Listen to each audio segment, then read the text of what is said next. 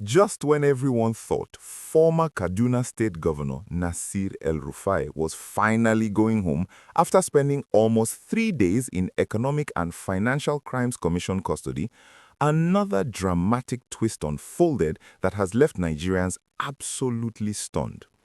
On Wednesday evening, February 18, 2026, at exactly 8 p.m., the EFCC granted El-Rufai administrative bail after days of intense interrogation over allegations that he misappropriated 433 billion naira during his tenure as governor. His lawyers had successfully argued for his release, all the paperwork was completed, and he was literally walking out of the EFCC headquarters when armed operatives from another security agency who had been lying in wait immediately pounced on him and took him into fresh custody. Witnesses at the scene described it as a perfectly executed ambush, with the operatives strategically positioned at the premises to ensure El-Rufai could not escape the moment he stepped out of EFCC custody. The Independent Corrupt Practices and Other Related Offences Commission has now officially confirmed through a statement signed by its head of media and public communications, J. Okor Ode, that El-Rufai is currently in their custody in connection with ongoing investigations. The Commission statement made it clear that as of the close of work on Wednesday, February 18, 2026, Malam Nasiru El-Rufai, the former governor of Kaduna State, is in their custody. The Commission emphasized that he is being held in connection with ongoing investigations, but did not provide specific details about what exactly they are investigating. This means that El-Rufai, who thought he was finally regaining his freedom after almost 3 grueling days and nights at the EFCC, has simply moved from one anti-corruption agency to another without any time at home or with his family. If you are following this incredible saga and want to stay updated on every single development as it unfolds, please hit that like button and subscribe to our channel, because this El-Rufai situation is getting more complicated by the hour and you absolutely do not want to miss any breaking news. There was initial confusion about which agency actually arrested El-Rufai when he left the EFCC. Some witnesses said it was the Department of State Services, while others insisted it was the ICPC. The confusion was understandable because both agencies have been pursuing El-Rufai on separate charges. The DSS had already filed 3-count cybercrime charges against him at the Federal High Court in Abuja over allegations that he unlawfully intercepted phone communications belonging to the National Security Advisor Nuhu Ribadu.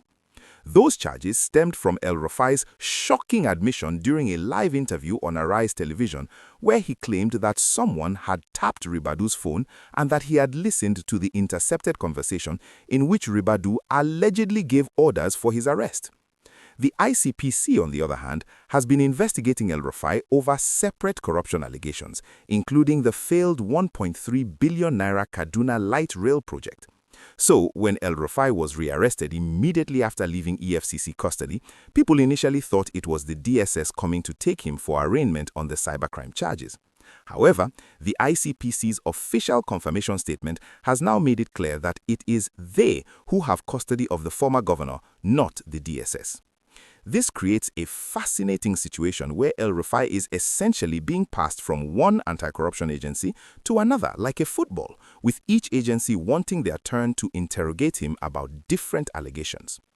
During his 3 days in EFCC custody, sources say that investigators made several attempts to obtain a written statement from El-Rufai, but he repeatedly declined to provide one. This refusal to give a written statement is significant because in Nigerian criminal investigations, written statements can be used as evidence in court, and anything you write can be used against you. El-Rufai's lawyers were clearly advising him to exercise his constitutional right to remain silent and not provide anything in writing that could potentially incriminate him. The EFCC granted him administrative bail anyway, probably calculating that they had gathered enough evidence from other sources and could continue their investigation without keeping him in detention indefinitely. Make sure you are subscribed to this channel and have your notifications turned on, because we will be monitoring whether the ICPC releases El-Rufai anytime soon or whether they too will hold him for multiple days while conducting their own interrogation. The timing of El-Rufai's continuous detention is particularly interesting because he had originally been scheduled to appear before the ICPC on Wednesday for questioning, but he could not honor that invitation because he was still being held by the EFCC. Now that the ICPC has custody of him, they no longer need to wait for him to voluntarily appear because they literally have him in their detention facility.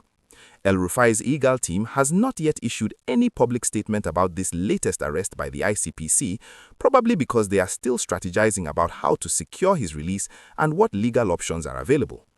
The former governor's troubles stem from a 2024 investigation by the Kaduna State House of Assembly, which allegedly indicted him over the diversion of 423 billion naira in public funds and money laundering during his administration. His successor, Governor Obasani, initiated the probe, and the Assembly demanded that anti-corruption agencies investigate El-Rufai. Several of his former commissioners and government officials have already been arrested and charged with fraud and money laundering, and the EFCC and ICPC are using their testimony to build cases against the former governor. El-Rufai has consistently maintained that all these investigations are political persecution because he has become a fierce critic of President Bola Tinubu after his ministerial nomination did not materialize.